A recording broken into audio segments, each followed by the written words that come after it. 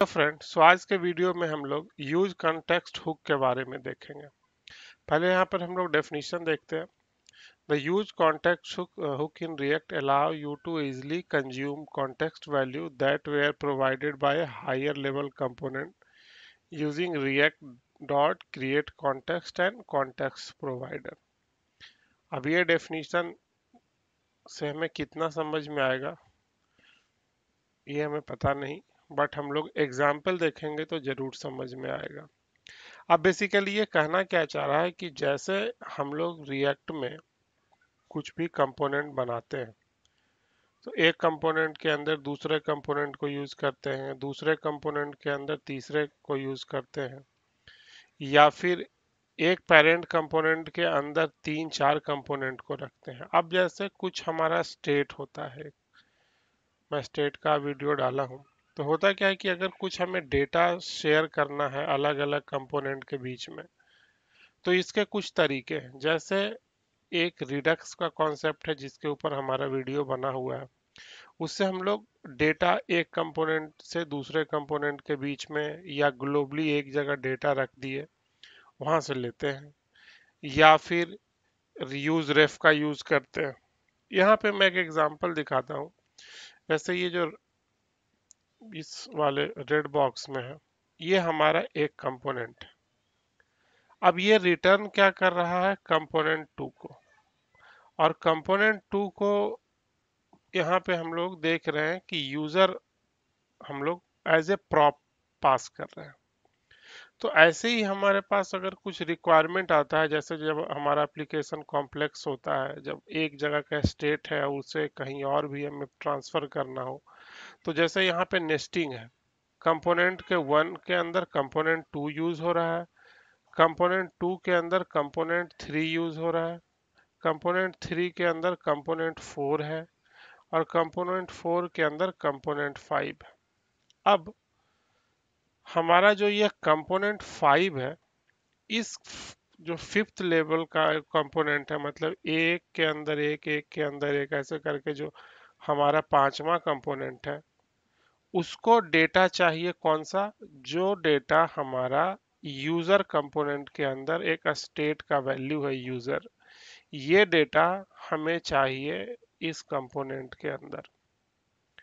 अब ये एक बहुत अच्छा इंटरव्यू क्वेश्चन भी होता है कि हम लोग को अगर डेटा पास करना पड़े एक से दूसरे या तीसरे कंपोनेंट के अंदर, तो कैसे पास करेंगे। इसका उल्टा भी कि अगर पेरेंट से चाइल्ड से अगर पेरेंट में हमें डेटा भेजना है तो वो कैसे हम लोग देंगे, उसका वीडियो हम बाद में अपलोड करेंगे। यहाँ पे हम लोग देख रहे हैं कि एक कंपोनेंट के अंदर दूसरा, दूसरे के अंदर तीसरा है, और हमें डेटा चाहिए है बस पांचवें कंपोनेंट के अंदर, क्योंकि अब ये सारा कंपोनेंट एक दूसरे के अंदर नेस्टेड है और हमें डेटा चाहिए पांचवें में। तो हमें क्या करना पड़ रहा है, जो हमारा यहाँ कंपोनेंट वन में स्टेट है उसके डेटा को, मतलब यूजर के डेटा को एज ए प्रॉप हर एक कंपोनेंट में हमें देना पड़ रहा है। जो कि आप लोग यहाँ देख रहे हैं कि कंपोनेंट टू को, या फिर कंपोनेंट टू या थ्री या कंपोनेंट फोर को, इस डेटा यूजर डेटा का रिक्वायरमेंट है नहीं। बस हमें यूजर डेटा का रिक्वायरमेंट कंपोनेंट फाइव के अंदर चाहिए, क्योंकि हम लोग यहाँ पे दिखा रहे हैं हेलो यूजर अगेन, ये चीज हमें प्रिंट करनी है। तो है हमें बस पांचवें में यूज, और हम लोग एक दूसरे के अंदर कंपोनेंट नेस्टेड है, इसके लिए हम लोग को हर एक कंपोनेंट में as a prop data pass करना पड़ रहा है, और तब हमें जाके पांचवें के अंदर मिल रहा है। वैसे कॉम्प्लेक्सिटी बढ़ जाएगी और भी अगर हमारा ये नेस्टिंग और भी, मतलब अगर 10 लेवल डीप हो, तो ऐसे ही एक एक करके सब में पास करना पड़े तो ये बहुत ही मतलब टीडियस काम है और अच्छा नहीं लगता ये। और इसे एक कॉन्सेप्ट का इसको नाम भी दिया जाता है प्रॉप ड्रिलिंग, मतलब we are drilling down the props, ऊपर से ड्रिल कर रहे हैं एक दूसरे कंपोनेंट के अंदर। तो इस इन सब चीजों से बचने के लिए हमारे पास जो एक रिएक्ट में कॉन्सेप्ट है वो है यूज कॉन्टेक्स्ट का, मतलब जैसा नाम आप लोग देख रहे हैं यूज कॉन्टेक्स्ट, मतलब किसके कॉन्टेक्स्ट में हम लोग वैसे ही बात करते हैं कि किसका कॉन्टेक्स्ट क्या है। तो मतलब एक कॉन्टेक्स्ट में हम लोग डेटा वो देते हैं और हम लोग जहां पे भी हमें चाहिए वहां पे डेटा गेट कर लेते हैं। अब मैं इसका यहाँ पे आपको एग्जांपल, ये तो था मतलब प्रॉप ड्रिलिंग के थ्रू कि एक से एक कंपोनेंट से एक कंपोनेंट से एक कंपोनेंट से। अभी मैं यहाँ पे जो एग्जांपल दिखाता हूँ, इस एग्जांपल में हम लोग बिना प्रॉप ड्रिलिंग के यूज कॉन्टेक्स्ट हुक का यूज करके कैसे डेटा पास करते हैं ये देखेंगे।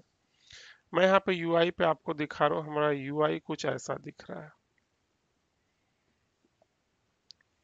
हेलो जेसी कंपोनेंट 2 कंपोनेंट 3 कंपोनेंट 4, ये जो फिफ्थ कंपोनेंट है यहाँ पे दिख रहा है हमारा हेलो जेसी हॉल, मतलब ये जो जेसी हॉल फर्स्ट कंपोनेंट का डेटा है उसे हम लोग फिफ्थ लेवल के कंपोनेंट में पास किए हैं।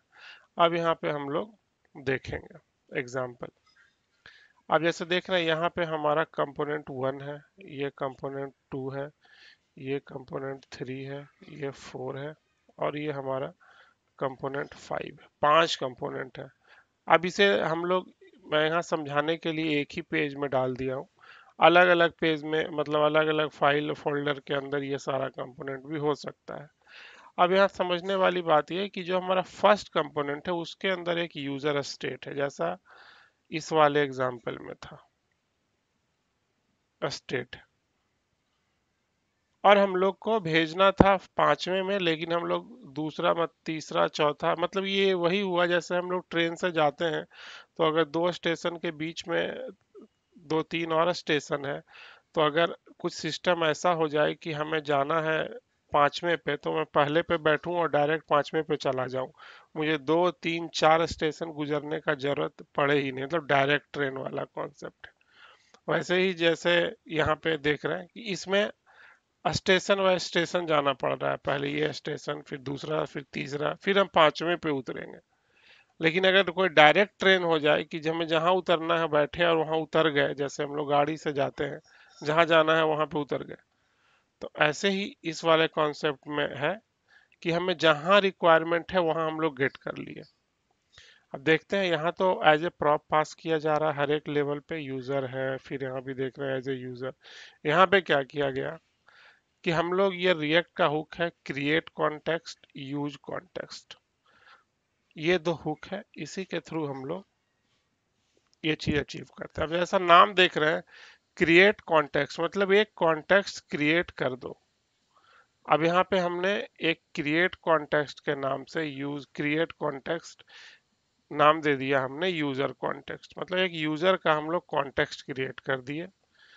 ये सिंटैक्स है user context dot provider, value इसका हम लोग पास कर दिए यूजर, ये वाला वैल्यू यहाँ पे हम लोग दिखा भी रहे हैं। ये कंपोनेंट 1 की बात हो रही है यहाँ पे, और इसको हम लोग इससे रैप कर दिए, मीन्स कंपोनेंट 2 को हम लोग रैप कर दिए प्रोवाइडर के अंदर। मतलब ये हमें वैल्यू प्रोवाइडर, मतलब ये हमें वैल्यू प्रोवाइडर करेगा, प्रोवाइड करेगा। कहाँ करेगा? जहां हमें इस वैल्यू का रिक्वायरमेंट होगा। तो अब जैसे इसके अंदर रैप कर दिया, अब इस कंपोनेंट के अंदर हमारा जितना भी कंपोनेंट है नेस्टिंग, जैसे 2 के अंदर 3 है, 3 के अंदर 4 है, 4 के अंदर 5 है, तो अब जहां भी हमें रिक्वायरमेंट होगा, आप देख रहे हैं यहाँ पर हमने एज ए प्रॉप पास करना बंद कर दिया, जैसे हम लोग यहाँ पे एग्जाम्पल में देख रहे थे एज ए। यहाँ पे हम लोग इस कंपोनेंट को बस ये सिंटेक्स लगा के इसके अंदर डब्बा में बंद कर दिए, ये समझिए हमारा डब्बा है, ये डब्बा के अंदर हम लोग इस कंपोनेंट को बंद कर दिए। ये मतलब हम लोग ने इसको प्रोवाइडर बना दिया, और हमें यूज जहां करना है ये वैल्यू हमें चाहिए यूजर का क्या वैल्यू है। अब ये सारा कंपोनेंट एज इट इज रह गया, अब हमें पांचवें कंपोनेंट में चाहिए था ये वैल्यू, तो हमने इसको ऐसे गेट कर लिया यहाँ पे यूज कॉन्टेक्स्ट। अब जहां भी यूज करना है हमने किया यूज कॉन्टेक्स्ट यूजर कॉन्टेक्स्ट, कौन सा कॉन्टेक्स्ट? User context. हमने यूजर कॉन्टेक्स्ट कहाँ बनाया? ये यूजर कॉन्टेक्स्ट, और यूजर कॉन्टेक्स्ट को इस सिंटेक्स का यूज करके यूजर कॉन्टेक्स्ट डॉट प्रोवाइडर, और वैल्यू दे दिया यूजर का वैल्यू। और हमें था पांचवें में यूज करना, तो हमने यहाँ यूज कॉन्टेक्स्ट मतलब कॉन्टेक्स्ट को यूज करना और नाम दे दिया यूजर कॉन्टेक्स्ट। किस कॉन्टेक्स्ट को यूज करना है? यूजर कॉन्टेक्स्ट को। और इसे एक वेरिएबल में हम लोग निकाल लिए और यहाँ पे हम लोग इस वाले पांचवें कंपोनेंट के अंदर हम लोग ये वैल्यू दिखा दिए, जो कि यहाँ हमारा कोड में यहाँ दिख रहा, मतलब यूआई पे दिख रहा है।